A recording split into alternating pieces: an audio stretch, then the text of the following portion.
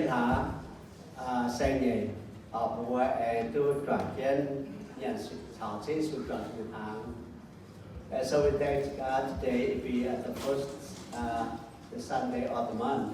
So we happy have the family, children, the family, children and parents enjoy service and with communion. Và thấy nhà thứ đoàn chế thì đi con đi xía, sản chế một phần chuối, con cái quả nhà có sản chế một đoàn, sản chế su đoàn hiện hàng, nó mới sẽ hết lộ hạt bùa, nó đi bài bùa về nay, mới sẽ lộ hạt của bên con đi xía, thì bên tiệm mà tôi sản chế su đoàn hiện hàng lộ hạt bùa. Hiện nay thì họ bùa đoàn chân, ở nhà sinh hàng bùa đoàn cái mặt thấy kêu sâu, ở những tổ kêu sâu con, không phải họ tỏ bùa, hiện nay thì có thải nhú. Hiện nay sẽ phục vật thảo Apostle the found some secure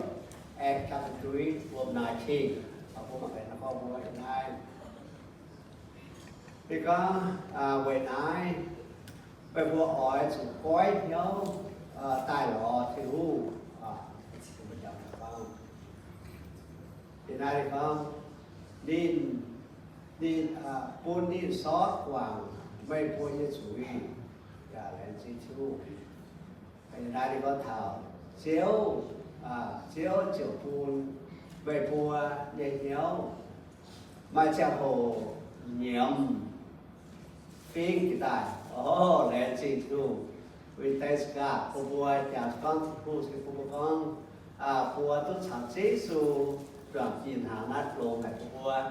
bùa con với những mèn mai chào hồ hay gai mình phải mà chúng chẳng thật thiên vụ phải bài hát kỳ sơ con sẽ có bùa chiều xót quảng với nhân suy mình vì hiếu dạng nhiệm tài mà nhiệm tài dạng phí cái tài đồ là của mày sẽ đi bút kê hắn giải nhiệm cái tài là tiêm hiền của mình sẽ được phải tiêm hiền của mình nó thiên vụ phí tài của hắn giải tổ chức kinh sâu tổ chức kinh sâu có những thiên quả những nhủ anh đã bùa ít nói ye thỉnh tụi mày về thỉnh tụi ye bùa nhận sinh tháng bùa trở về nhủ dây học chế su là suốt trình suốt để nhà sản chế su gặp thiên hà tổ chế su suốt mãi muôn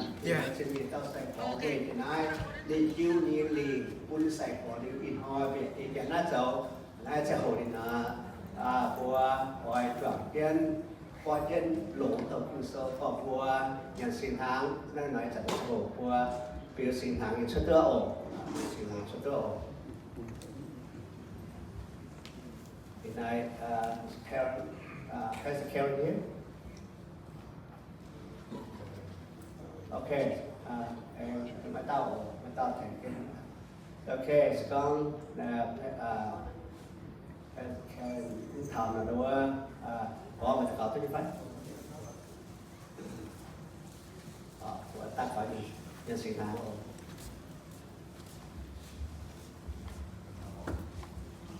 ok đối với đồng thời tổng giáo gì các nhau ta cầu nhân sinh hảo tranh nhà lãnh chỉ biết thiếu tạo thiếu thiếu Hallelujah chỉ thiếu cho làm thiếu nhưng mà chỉ là tình chiếu nhưng mà chỉ có thể là thiếu chiếu ấy vừa là tình là chẳng chỉ thiếu mình hám như vừa lùng thiên miền chỉ do mình toàn sẽ quỳ vừa cái vừa là tình là chẳng chỉ thiếu thiếu như đồng toàn thiếu số cái quảng chiến thì toàn gia là chỉ thả bằng kim cái chiếu như vừa mình khó vừa như nghiệp xúc như chuối tình chiến thì là trả theo như xin quỳ vừa là tình chiếu thì hùng quỳ vừa dùng ý xin dùng vì nhớ dùng vì chiếu tổng chiếu thường quỳ vừa dùng liều nhẹ đi vừa chẳng nhận liếu như mẹ quỳ vừa quỳ tu nhận chiếu thường nhỏ chẳng thì chiếu thường chẳng thì vừa về đây vừa làm tình chiếu số cần quỳ bị rồi mà cần số tiền muốn kia khâu chia nhé quỳ vừa quỳ vừa lấy rốt rồi lấy rốt tài cái chợ lấy rốt tài cái cha quỳ vừa tu chẳng chiếu số tiền chân quỳ vừa chẳng chiếu số tu nhận liếu như mẹ vì hiện liễu nhân bản quy bây giờ liễu can chân chiếu thì hồ mình về chiếu số cần xía bây giờ này xía bị xin thì vừa tổ chỉ nhân được đã chỉ để dùng hiện liễu sung thì buồn bà đi bị suy rút đặt đi bây giờ lưu rút suy bên chiếu chủ giờ lưu như làm nhiều tôi nhiều làm nhiều vì bây giờ này bây giờ tôi giờ lưu giờ sẽ cần kiến chiếu số bây giờ lưu giờ sẽ nó liên cao rồi để thì toàn kiểu tất cả vì bây giờ thì nào bây giờ tạo chiếu số tốt em xin lô phải chiếu ý của sẽ tổng này để thì toàn kiểu tất cả bây giờ thì nào tên chiếu số chính của Amen. Tôi phải được tiếp xin hạ từ sau xin lỗi.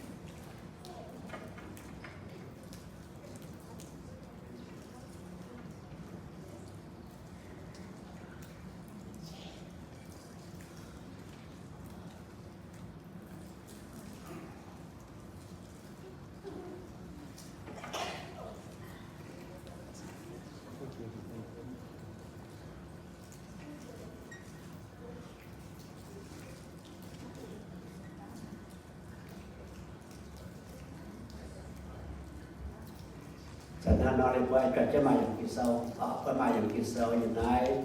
có phun là chẳng qua chính là chẳng hồ, ôi là tạc cầu đào, thì vẫn ăn trên bề tạc cầu như vậy. Cái với cho mà những kỳ sâu như này, Luca sâu đi suy sang, thì chưa nhiều, Luke chapter 22, verse 19. Điều này thì có Giêsu cho Chúa Tài lên trên cái thiên chiều nét coi phun say cỏ bùa và có nái ye như xin xe về về bùa xía nhẹ qua đây xin thiếu cũng có chẳng là con đại bồi trong cái tạc cỏ sẽ hồ bên hàng Chúa thắng qua tạc cỏ bên hàng xí suy xin hắn ai của hắn dần nhẹ chào thảo Giêsu chia bùn chia khâu buổi của hát dần của hành khúc đi và vị năm hồi của năm trên này về năm Giêsu xin chào thật Giêsu chiều mùa em muốn cho tôi em muốn tôn dần hát dần chào thật Giêsu của năm Chúa điều thuốc sinh phân thể chân và thế nhé và có tỏ khói với tôi thấy bên chuẩn thì thật Giêsu nhé về thằng Giêsu nhỏ thì cái tỏ khói hết nhau đó chú thường do khoảng về wheelchair mình sụt dưới này mình hết nhận ta rồi phải với tàu bé xin chú nói đi hỏi về xuống cho tôi về bôi chuẩn thế kia sâu con nói gì như xin để cho chúng ta còn và khi xây hoàn thì con nhìn lúc cho hôm nay có những hai thứ kiểu vậy nãy như xin vừa tạo tạo cái ăn khi sơ có khi sơ nhưว่านี่อยากcó phiền hết cho nên bạn có mày nãy như xin à nào vừa tạo tạo cái cái cái của tôn dân nhân yang thật chế sốจะมาสอนที่tôn dân nhân yang thật chế số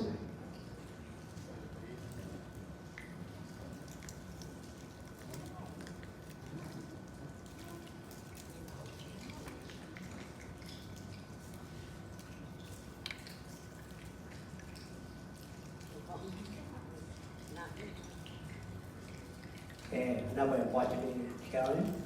You might pray for a cut. In your hand you have the cup that represents the new covenant. Let us pray.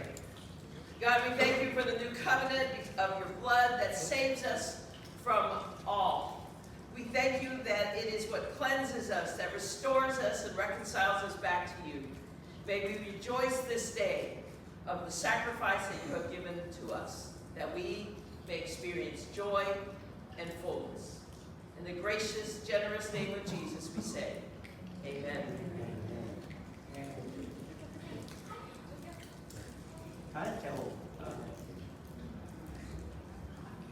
Đó chào một em mà những kỳ sau hôm nay lúc cả sau nhi chụp điểm trang nhi chụp điểm lúc trong thuê thu một thuê đi hiện nay thì có nhận liên hàng Giêsu em cho tán ăn ngủ tiêu tài hiện nay tái nó tán xây lùng ye ye chám liệp kia sang ngày hòa vua chồng con xe quầy buôn xe quầy mẹ vua liệp xuất tài cái quân chỉ vua skate chế số cần là những cái chủ chủ tiêu buôn tiêu khâu bao vật thắng tập tiêu sơ skate của mình vua giờ đến tháng yêu nè cho tán ăn tiêu tài đã làm tán xem lồng như nhẹ sáng liệp gì sang ngày hòa một vua hát tàn hốt thần nằm tan chẳng thật chế su tụ tí mất chân rằng cả tia bùn tia khâu nhiều giáo với nhân suy nhiều vô bên xin dịch tại tích phát của chế su ở đó bùi chẳng thảo hát tàn của hốt nai mới thể mười hốt bùn căn tàu hốt bùn bùn căn nái chẳng là hồ ở trong cái xuân tổ miền ta cào liu nó nằm tanไปทางเส้นสุนจามhốt nhiều giáo với nhân suy nhiều vô bên xin dịch cho cái sự của mình nay sẽ hỗ của tổng giải hốt chẳng có chế số ổn tổng giải